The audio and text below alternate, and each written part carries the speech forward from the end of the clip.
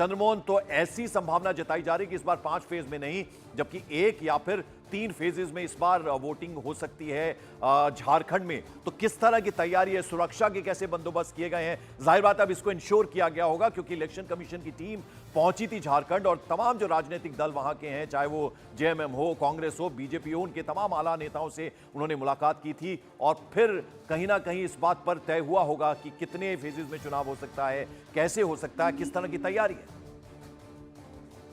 बिल्कुल, देखिए, चुनाव आयोग जब 1.5 महीने पहले झारखंड में पहुंची थी तो वहां के जो तमाम अधिकारी हैं और जिले के एसपी हैं, डीएम हैं और चुनाव आयोग के जो अधिकारी हैं, उन लोगों ने एक साथ बैठक की थी और उसके अलावा यह जायजा लिया गया था कि कौन कौन से इलाके हैं जो नक्सल प्रभावित हैं और वहां पर सबसे पहले चुनाव होने हैं। लेकिन अगर 2019 की बात करें तो 5 चरणों में इसलिए चुनाव कराना पड़ा क्योंकि उस समय नक्सल जो प्रभावित इलाके हैं वहां पर नक्सली काफी हावी थे। लेकिन केंद्र सरकार ने जो कई प्रोग्राम चलाए उसके बाद से नक्सल का प्रभाव कम हुआ है और यही वजह है कि आज के वक्त में ये कहा जा सकता है कि चुनाव आयोग इस तैयारी में है कि 3 चरणों में चुनाव होंगे और हो सकता है, जैसा कि हमारे सहयोगी नीरज भी बता रहे थे, कि तैयारी इतना मुकम्मल और पुख्ता है कि 1 चरणों में झारखंड में चुनाव कराया जा सकता है। लेकिन कई बार होता है कि कोई पर्व आ गया या फिर 25 दिसंबर की बात आ जाती है, बड़ा दिन की बात आ जाती है, तो ऐसे में हो सकता है कि 2 या 3 चरणों में वहां पर चुनाव कराए जाए। और जब अधिकारियों के साथ बैठक हुई थी उस समय भी चुनाव आयोग की टीम कमिश्नरी के जो अधिकारी थे और कमिश्नर थे उन लोगों से बात की थी और ये पुख्ता कर दिया गया था कि अगर चुनाव आयोग 1 चरण में चुनाव कराता है तो उसके लिए क्या अधिकारी तैयार हैं, क्या वहां के जो कर्मचारी हैं वो तैयार हैं और चुनाव आयोग कितना तैयार है। तो ये कहा जा सकता है कि 1 से लेकर 3 चरणों में झारखंड में चुनाव हो सकता है, इस बात से कहीं भी इनकार नहीं किया जा सकता है।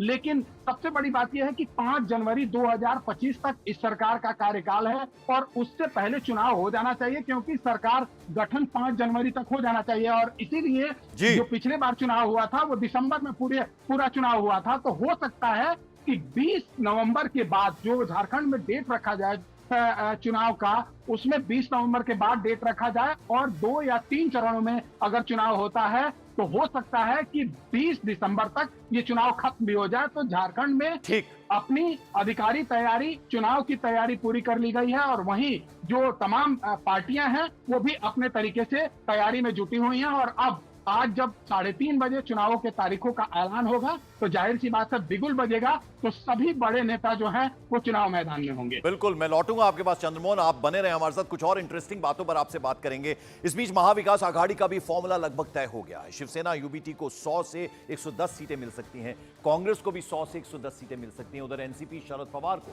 70 से 80 सीटें मिल सकती हैं। तो ये फॉर्मूला लगभग तय है, लेकिन इस पर भी फाइनल मोहर लगनी है। जैसा कि महायुति के बारे में हमने आपको बताया कि उस पर आज 2:30 बजे बैठक होनी है। और विवेक, अगर हम बात करें महायुति की पहले, तो उसमें एक तो एंटी इनकम्बेंसी है, वो एक बड़ा चैलेंज है। उसके अलावा 6 बड़ी पार्टियां हैं महाराष्ट्र में, तो जो बंटता है इसमें, तो उसको साधना, जो वोट बंटता है उसको साधना एक बड़ा चैलेंज है, चुनौती है महायुति के लिए। आप बिल्कुल सही कहा पंकज, आपने देखिए लोकसभा चुनाव के बाद पूरी की पूरी रणनीति महायुति को बदलनी पड़ी, पूरे का पूरा सिनेरियो ही बदल गया था क्योंकि महायुति को ऐसा लग रहा था कि लोकसभा में जो 48 सीटें हैं उनमें से कम 40 तो आ ही जाएंगी, लेकिन रिजल्ट एकदम विपरीत रहा। बीजेपी जो सबसे बड़ी पार्टी थी 2019 में वो सिंगल डिजिट पे आके अटक गई लोकसभा चुनाव में। जो सिंगल डिजिट की पार्टी थी कांग्रेस, 1 सीट थी, वो इस बार लोकसभा में डबल डिजिट में सीधे 13 नंबर पे पहुंच गई। तो लोकसभा चुनाव के बाद जो है वो रणनीति पूरी तरह से बदल गई। महायुति को लोकसभा चुनाव से लेकर विधानसभा चुनाव में जो डिस्टेंस, जो गैप है 2.5 से 3 महीने का, उन्हें बहुत मेहनत करनी पड़ी, पूरी रणनीति को फिर से बनाना पड़ा। जहां जहां कमियां थी, जहां जहां उनको वोट कम पड़े थे या वोट नहीं पड़े थे, वो पूरा उन्होंने सर्च किया, पूरी स्टडी की। पूरी स्टडी करने के बाद अब वो वापस कॉन्फिडेंट होकर बोल रहे हैं कि सरकार उनकी आ रही है। ये तो महायुति की बात रही, चूंकि अभी हम स्क्रीन पर विवेक, स्क्रीन पर एमवीए का बता रहे हैं, पूरा आंकड़े उसके बता रहे हैं, क्या उनकी तैयारी पूरी है? उस पे सीट शेयरिंग का फॉर्मूला जो अभी हम बता रहे हैं कि लगभग तय है, लेकिन सीएम का चेहरा कौन होगा इसको लेकर अभी खींचतान जारी है। सीट शेयरिंग को लगभग तय हो गया, उस पे उसका फॉर्मूला लगभग तय हो गया है।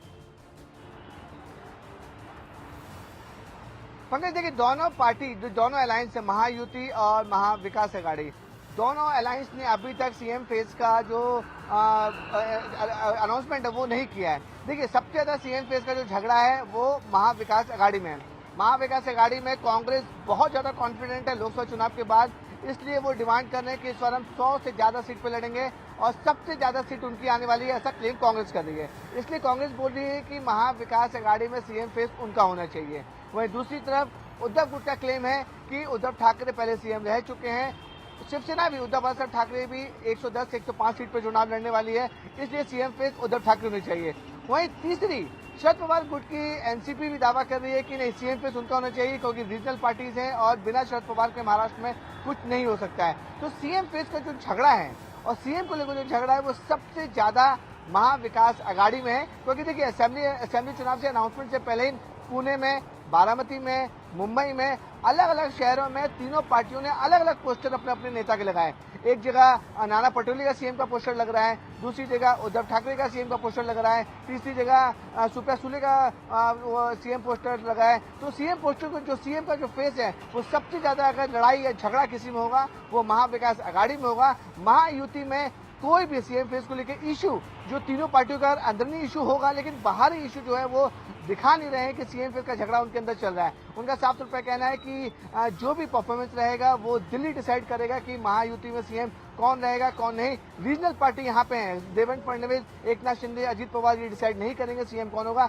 अगर महायुति की सरकार आती है तो सीएम का फैसला हाईकमांड दिल्ली से आएगा कि सीएम कौन होगा। लेकिन महाविकास अघाड़ी में सीएम को लेकर जो है वो अभी भी तीनों पार्टी में बड़ा मतभेद चल रहा है। पंकज, बिल्कुल। और अगर मैं झारखंड की बात करूं चंद्रमोहन, तो देखिए, अगर जेएमएम की नेतृत्व वाली सरकार है जिसमें कि कांग्रेस है, राष्ट्रीय जनता दल है, उसके अलावा वाम, इनको मिलकर बनती है, क्या इनके बीच में सब कुछ ठीक चल रहा है यहां, या इसमें भी कुछ खींचतान है? और अगर हम बीजेपी की बात करें तो खासतौर पर जो संथाल परगना है और कोल्हान प्रमंडल है, उसकी जो 32 सीट्स हैं उस पर फोकस करना होगा बीजेपी को, अगर हम झारखंड के परिप्रेक्ष्य में बात करें।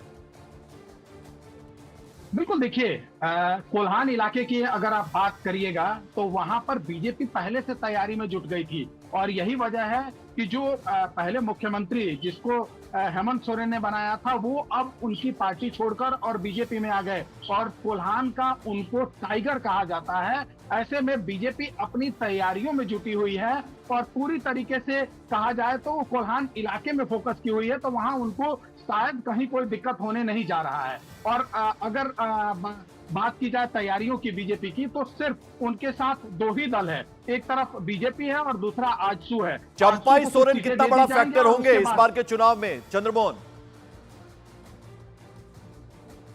देखिए, वही चंपाई सोरेन की ही मैं बात कर रहा था, जिनको कोल्हान का टाइगर कहा जाता है, जो कल तक उनके साथ हुआ करते थे, उनके पार्टी के साथ हुआ करते थे हेमंत सोरेन के साथ। लेकिन हेमंत सोरेन ने मुख्यमंत्री उनको बनाया और उसके बाद जब हेमंत सोरेन जेल से बाहर निकले तो उनको, चंपाई सोरेन को मुख्यमंत्री पद से हटा दिया था, तभी से उनकी नाराजगी थी और उसके बाद वो बीजेपी में आ गए। तो जाहिर सी बात है कोल्हान इलाके में उनका जो है वो काफी असर देखने को मिलता है और ऐसे में बीजेपी के लिए उधर का रास्ता तो कहीं ना कहीं साफ दिख रहा है। इसीलिए आपने देखा होगा कि अभी जो लगातार कार्यक्रम चल रहा था हेमंत सोरेन का, वो कोल्हान इलाके पर ही फोकस कर रहे थे कि उनके चंपाई सोरेन के काट में किसी न किसी को खड़ा किया जाए, लेकिन अब तक वैसा होते हुए नहीं दिख रहा है और यही वजह है कि वहां पर बीजेपी काफी मजबूत अभी दिख रही है, क्योंकि चंपाई सोरेन उनके साथ आ गए और कई ऐसे विधायक हैं जो उनके कहने पर सिर्फ अगर चंपाई सोरेन उस इलाके में खड़ा हो जाते हैं तो लोगों का समर्थन मिल जाता है।